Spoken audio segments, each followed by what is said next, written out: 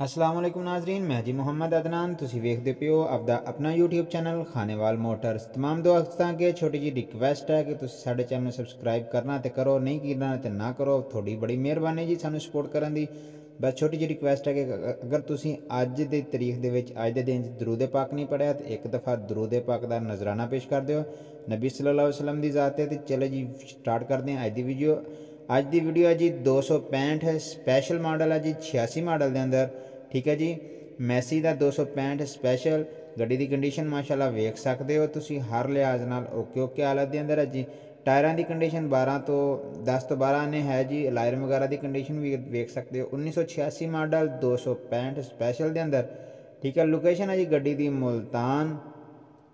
सही है, मालकां का राबता नंबर भी असीं स्क्रीन पर शो कर देंगे, तुसीं मालकां नाल राबता भी कर सकते हो। ठीक है जी।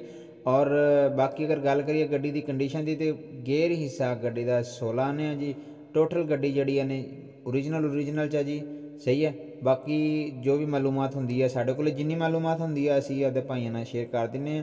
हर लिहाज नाल साडी कोशिश यही होंदी है गड्डी चैक कराइए, दोस्तां नूं जे चीज़ असीं विखाईए इंशाअल्लाह उही चीज़ मिले, ताकि किसी दे जिहड़ा ज़हन के अंदर कुछ शुबहात ना रह जाए। कोई अगर कोई फिर भी थोड़ा कोई ज़हन के अंदर सवाल हो तुसीं मालकां नाल राबता कर सकते हो। इंशाअल्लाह तुहाडे हर सवाल का जवाब देणगे, जो भी डीलिंग वगैरह उन्होंने तुसीं कर सकते हो। ठीक है जी। और बाकी गल करिए गड्डी की तो गड्डी माशाअल्लाह बड़ी खूबसूरत है जी। तमाम दोस्तों अगे असीं पहले भी रिक्वेस्ट कर चुके हैं, हुण फिर कर रहे हैं जी। एक दफ़ा दुरूद पाक का नजराना नबी सल्लल्लाहु अलैहि वसल्लम की ज़ात पढ़ दिया जी। तो अल्लाह ताला मेरे सारे वीरों को सलामत रखे, सदा शाते आबाद रहो। अच्छा नाजरीन, उम्मीद करांगे दोस्तों वीडियो पसंद आएगी। मिलांगे इंशाल्लाह किसी दूसरी नई वीडियो के नाल। नमाज कायम करो। पाकिस्तान पाइंदाबाद। अस्सलाम वालेकुम।